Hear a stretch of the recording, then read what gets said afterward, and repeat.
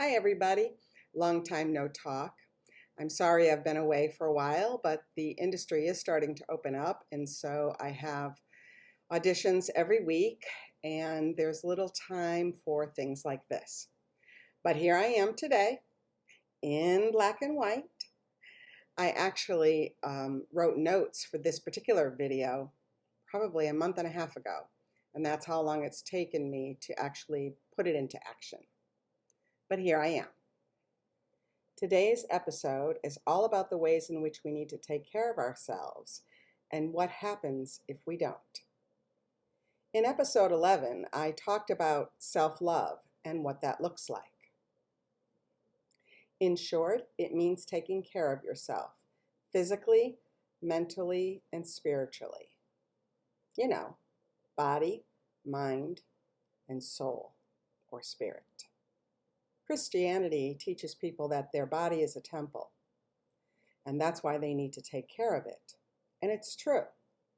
It is a temple that holds your soul and the whole reason you're here, to learn and grow on planet Earth.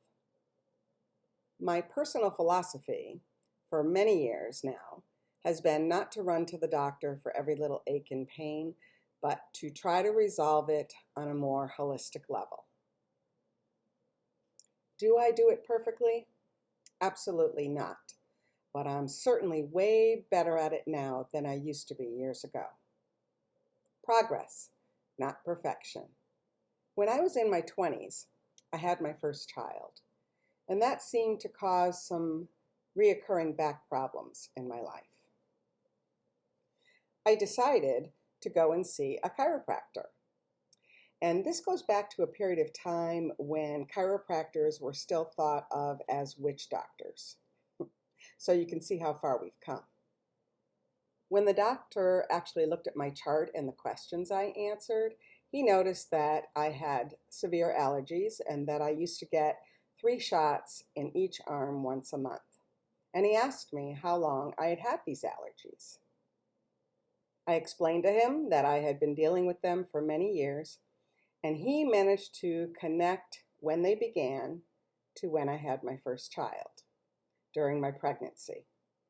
When he examined my neck, he showed me the x-rays and what was wrong, and he said as long as he was working on my back, he wanted to work on my neck as well and see what happens.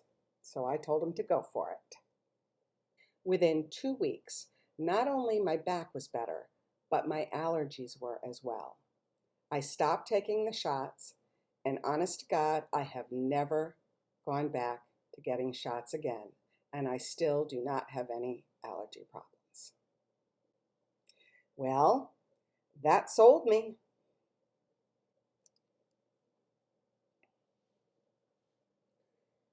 And at that time, I was very blessed to have a chiropractor who told me if I just came once a month to stay in line, that I could kind of keep illness and things like this at bay.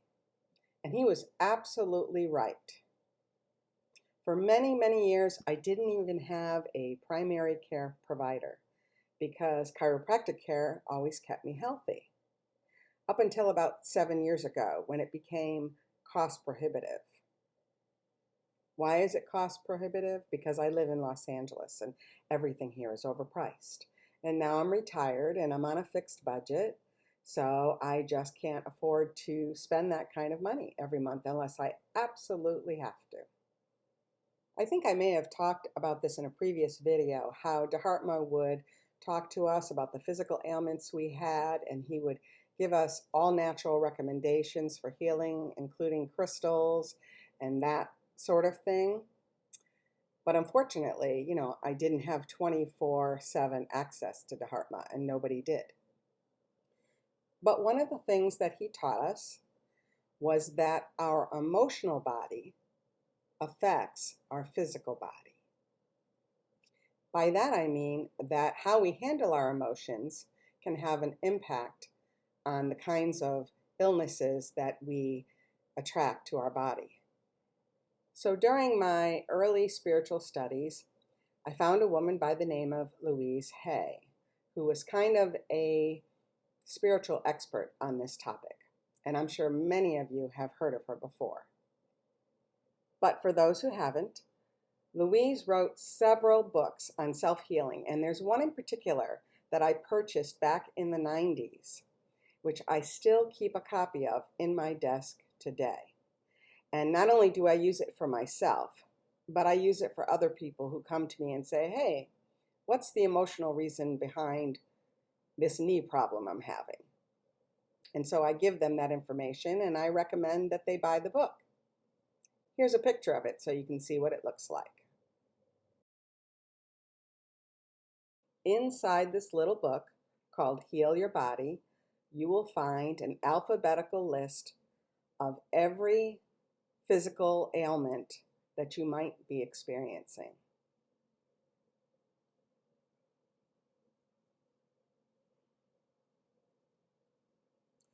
Alongside that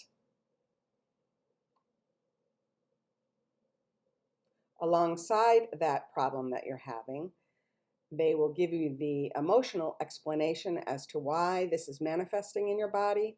Right next to where they list the illness, they also list the emotional background and why you manifested this illness in your body. Louise Hay also adds a few mantras if you're into that sort of thing.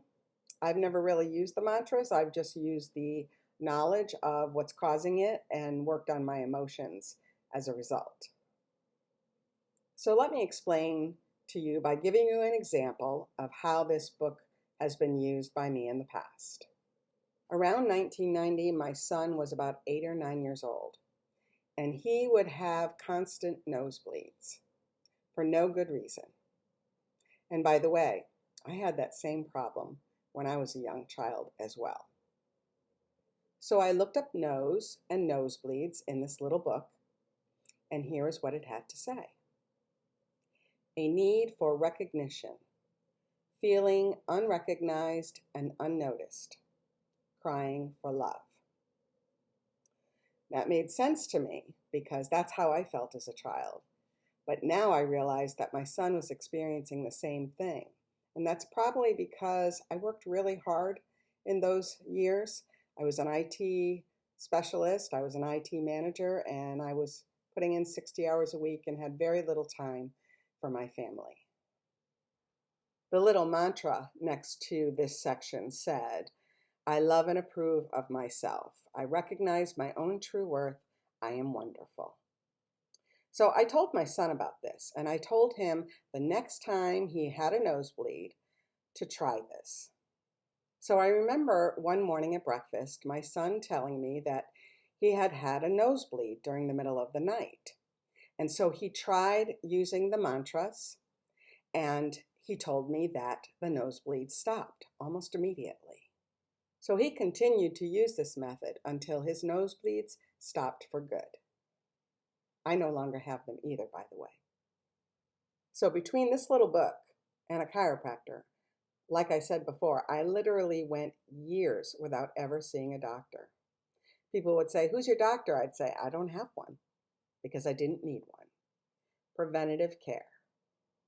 When I lived in Northern California, I was having some issues and I went to the doctor. I don't remember what it was for, but at that time he diagnosed me as pre-diabetic. So I attacked that diagnosis holistically. I cut way down on my carbs, white flour, white sugar, and since then I have not had that diagnosis reappear in my blood work, and it's been 10 years. About 4 years ago, I had a gallbladder attack in the middle of the night. I ended up having surgery, having it removed, and I also know that it was my fault. The reason I say that is at the time I was working in litigation.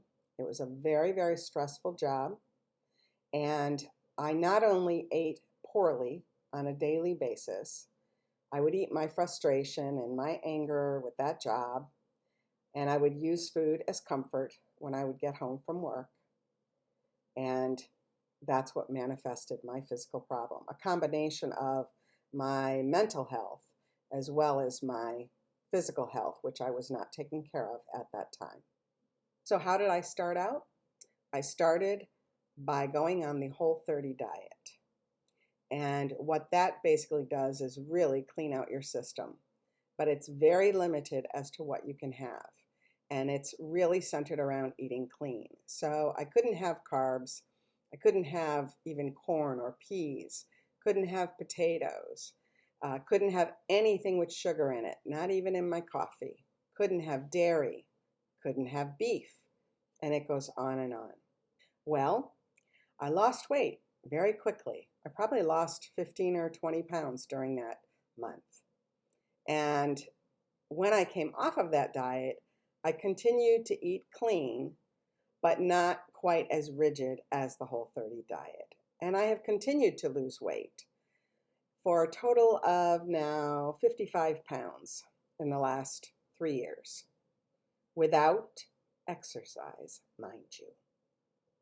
The only physical ailment that I have not been able to fix permanently is my arthritis.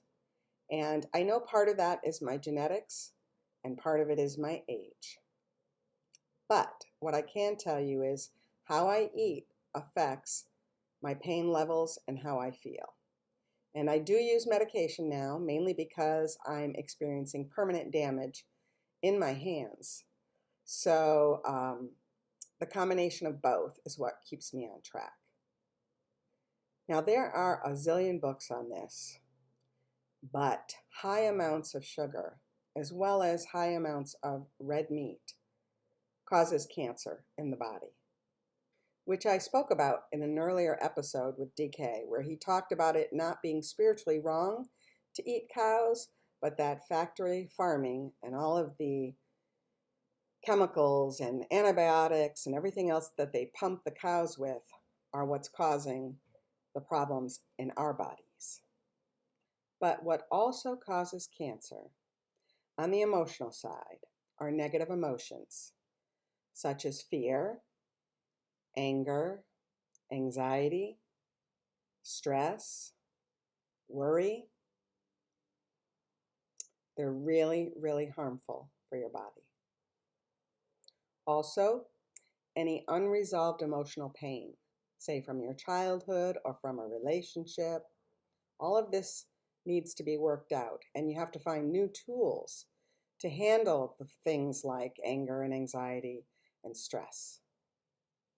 The bottom line is your body isn't the only thing that you need to take care of.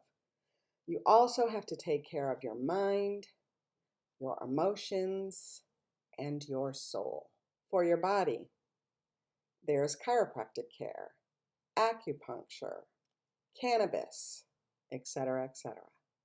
For your emotions, there is therapy, life coaching, meditation, etc., etc. For your soul, there is church, there is religion, there is spirituality, etc., etc., etc.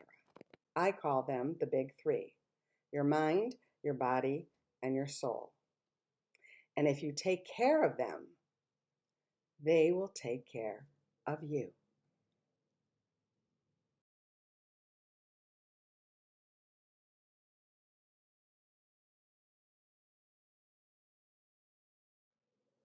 Until next time we meet again, namaste.